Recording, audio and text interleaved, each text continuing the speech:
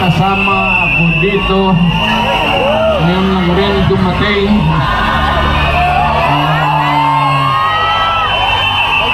si Ipe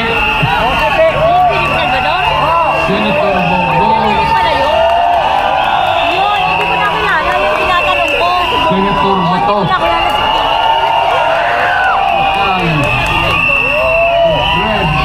kita naman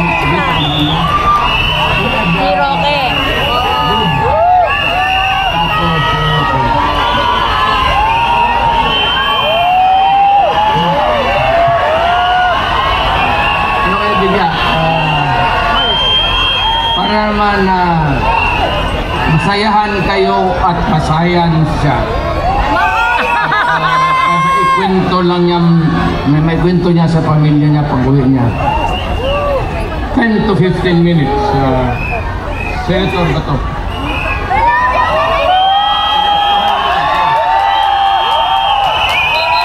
Maayong gabi sa latong tanan. Magandang gabi sa ating lahat. Alam nyo, andito kami ngayon, Senator Bongo at yung ating mga kasamahan lahat andito dahil gusto namin ipakita kay Pastor Kibuloy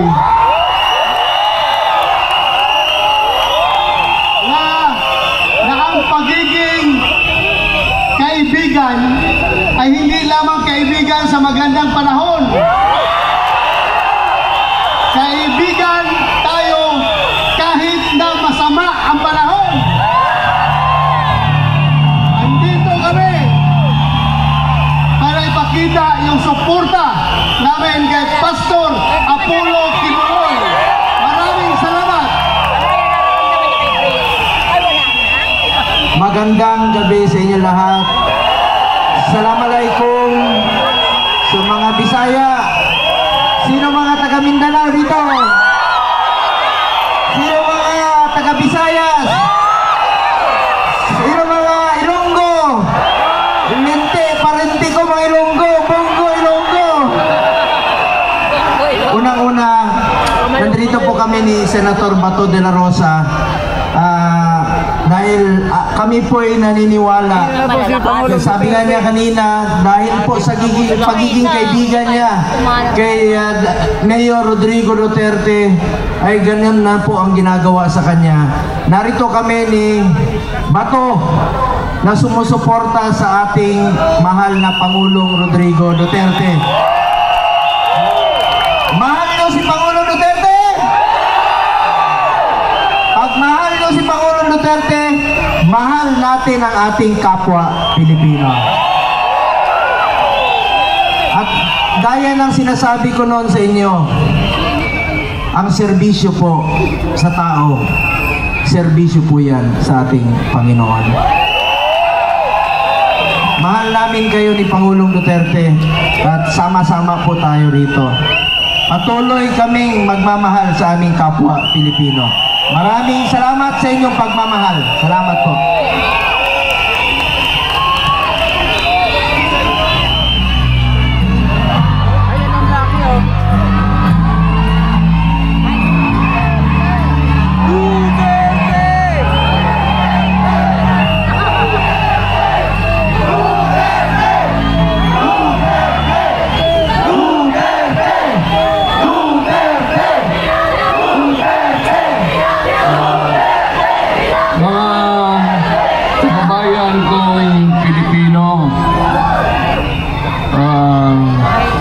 Isa pa, ngayon ko lang kanina kayo nakita eh. Nung umalis ako ng Malacanang, ngayon lang. So pagpatawarin po ninyo ako, maghingi ako ng tawad. It comes late, but maraming salamat sa inyo at ginawa ako ninyong presidente.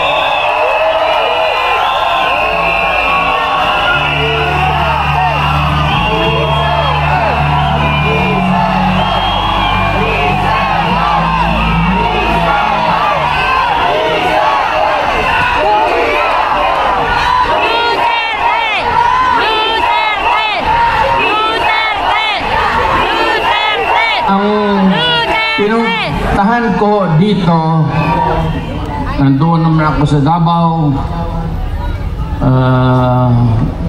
pag gano'n nang ako lumakad, staggered, ayos cane, nagbabantos ako, because of old age.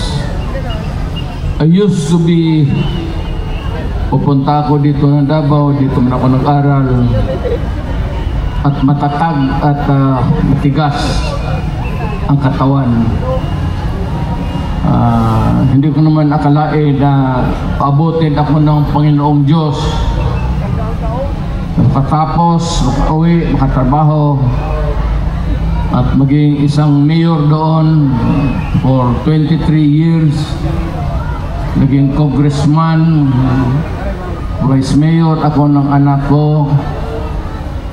Tapos, after about almost 30 years, bumalik ako ng Maynila, hindi na estudyante, presidente na ako.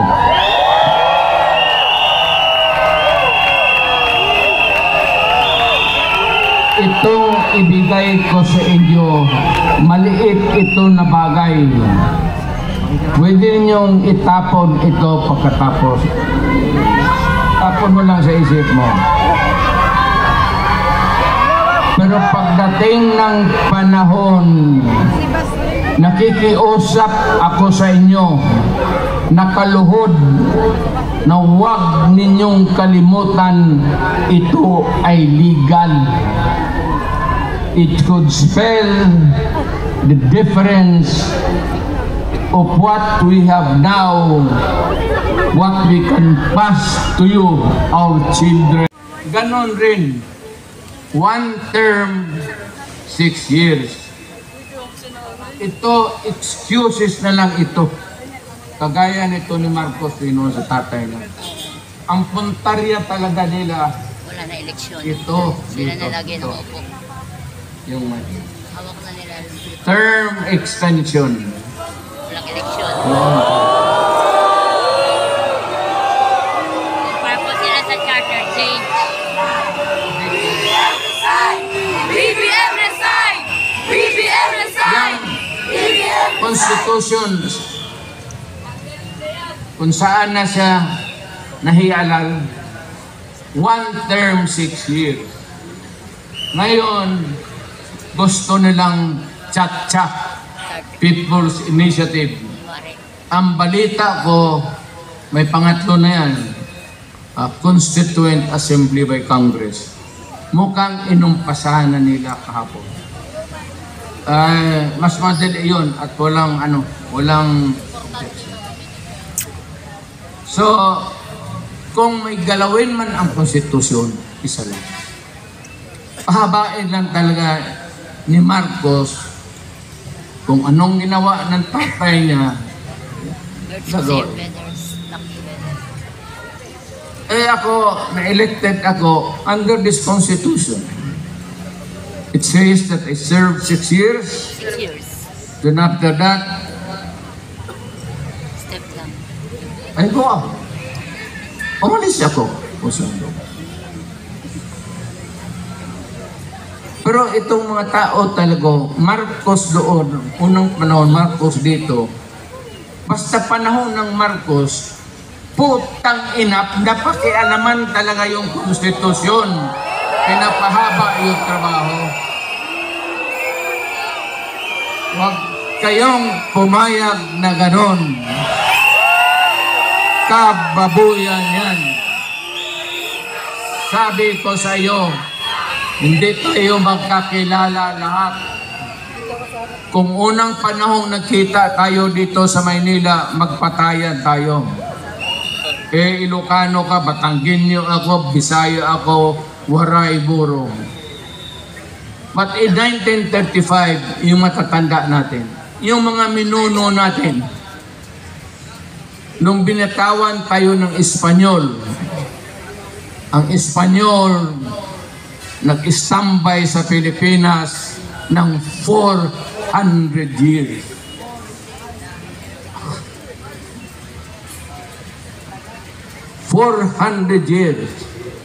Pumasok ang Amerikano because there was an American-Spanish War. Natalo ang Espanyol, nawala sa kanila ang Mexico, yung mga Marianas Island, pati Philippines, sinurrender nila sa Amerikano.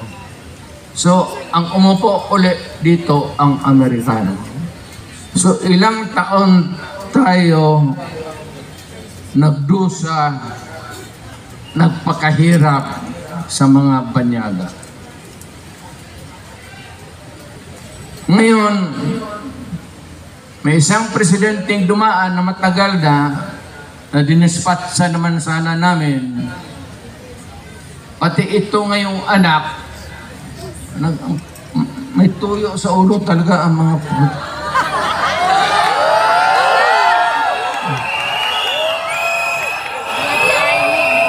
gusto pahabain. Sila lang naman yan yung gustong mapahabain ang termino nila. Ang Pilipino lamang interest niya ng pahaba ng termino. Ang Pilipino ang gusto magpahaba ng utid para mapakaligaya kung sino ang gusto magpahaba.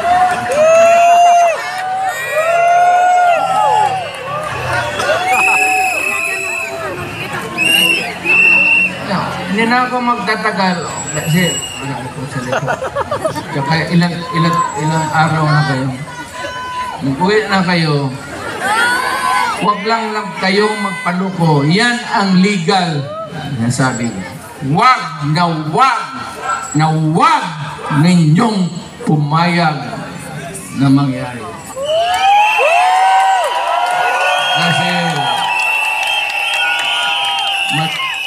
mapalitan nila ngayon, walang siguro kung mapalitan sunod na eleksyon. Kasi ang gusto nila, presidential republican type of government.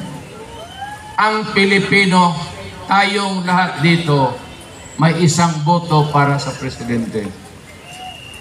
Ngayon, ang gusto nila itong Congress, i-email let us not go into the seat of the governing power. Kasi doon may mga national treasures tayo. Kaya nung una nangyari kay Marcos, pasok ang Malacanang, marami ang nasira. Nawawala. Hindi man kanila yun sa Malacanang. Atin dun sa Pilipinas. Ano ba sa Tagalog? Handi. Ano bang handi? Kayamanan! Yung lahat ng sa Malacanang, Meron. pero sila ang jockey nila, pati pante. Iyang lahat dyan, mga paintings, lahat makita mo, kayahanan ng Pilipino. So, huwag mo na doon at magpunta to doon, huwag natin sirain. Ang huwag ninyo kalabanin ang pulis pati military. Yes, Tay! Tama! Kung pagdating ako na mga paagit na. Kasi ayaw ko, naging presidente kasi ako, naintindihan Ganda ko yung sa'yo, kay trabaho. marami kang ano ako. Mahal ko ang military. Mahal ko ang mga pulis.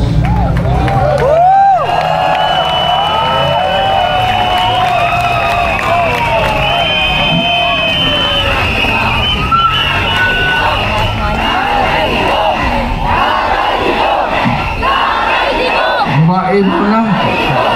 Tatay Digong! Tatay Digong! Tatay Digong! May nakikita kasi ako nung pulis, ako nung presidente pa po na assign sa akin. Nawala ka nung... Pero the one thing that I can contribute really is let us avoid bloody incident. Hindi pa. Dadating yan.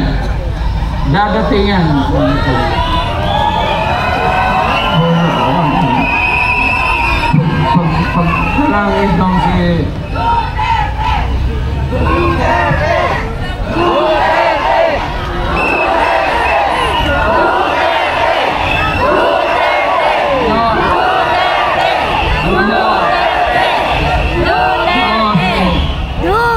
Marcos, pasyag-pasyag na yan.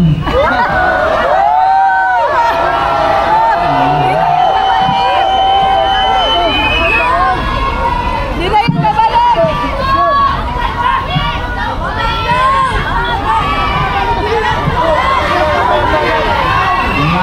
Huwag na bumak! Marcos, ano?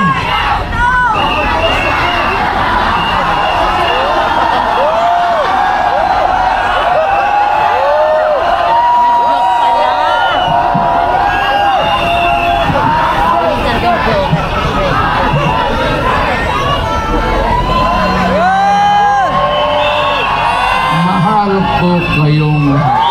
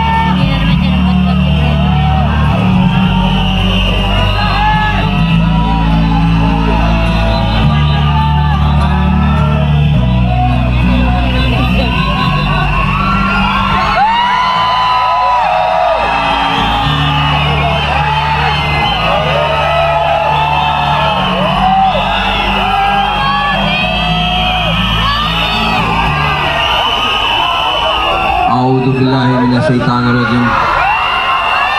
Bismillahirrahmanirrahim. Magandang gabi po sa inyong lahat. Alam niyo po, itong samahan na ito, walang iwanan nito.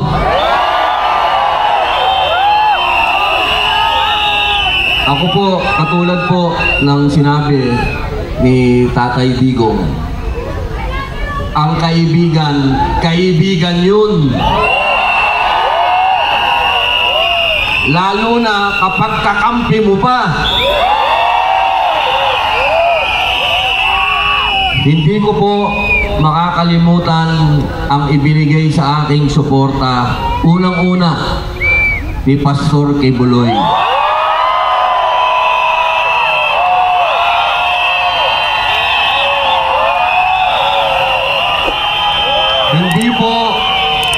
Hindi po dahil sa pogi ako, ha. Kami pong dalawa ni Pastor